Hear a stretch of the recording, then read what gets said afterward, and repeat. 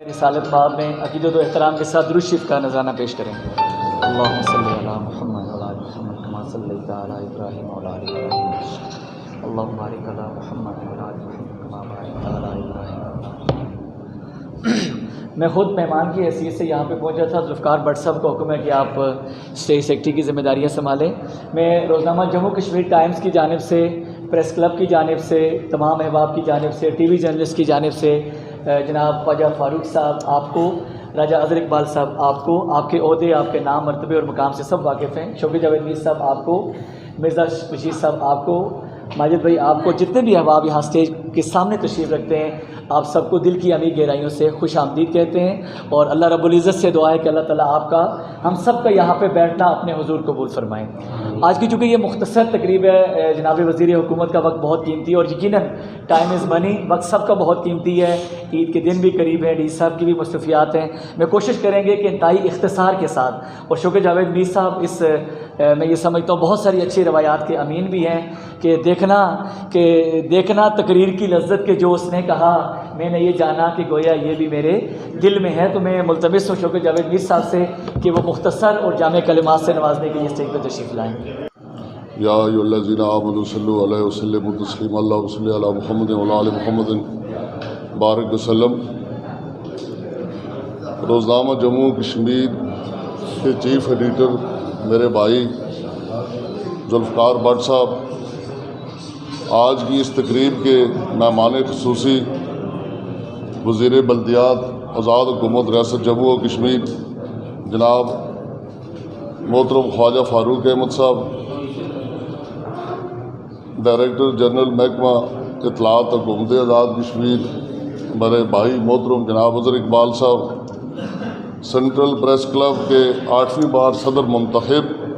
اور نئی عمارت کا افتتاح کا اعزاز حاصل کرنے والے سید افاق حسین شاہ صاحب، محترم جناب میرے بھائی دوست اور انتہائی بااخلاق شخصیت مرزا بشیر صاحب، مظہر عوان صاحب، سینئر الیکٹرانک پرنٹ میڈیا سے اور تمام مکاتب فکر سے میرے دوست بھائی یہاں تشریف فرمائے۔ میں صرف 2 باتیں کر کے اجازت چاہوں گا۔ ایک تو یہ ہے کہ ذوالفقار بٹ صاحب کو روایتاً دل کی اتھاہ گہرائیوں سے خراج تحسین پیش کرتا ہوں۔ ایک دفعہ ایک اخبار کی سالگرہ تھی، تو اخبار کے ہی حق میں بات کرنی ہوتی ہے، تو میں نے وہاں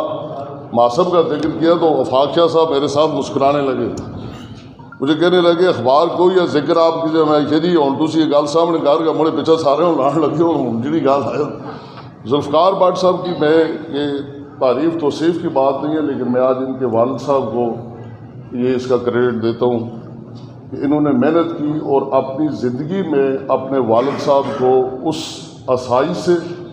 اس عزت و احترام کے رشتے سے جو انہیں منتقل کیا، یہ ان کی سب سے بڑی خوبی ہے۔ اور احمد بٹ صاحب سمیت زعفران صاحب، ان کی جتنی وزارتی ٹیم ہے، یہ ان کی محنت ہے، یہ کسی اکیلے فرد کا کام نہیں ہوتا، یہ بنیادی طور پہ ٹیم ورک ہوتا ہے۔ اور ایک اخبار اسی طرح ان کی سالگرہ تھی، یہ محنت بھی کرتے ہیں، اخبار پہ وہ لکھتے ہیں جو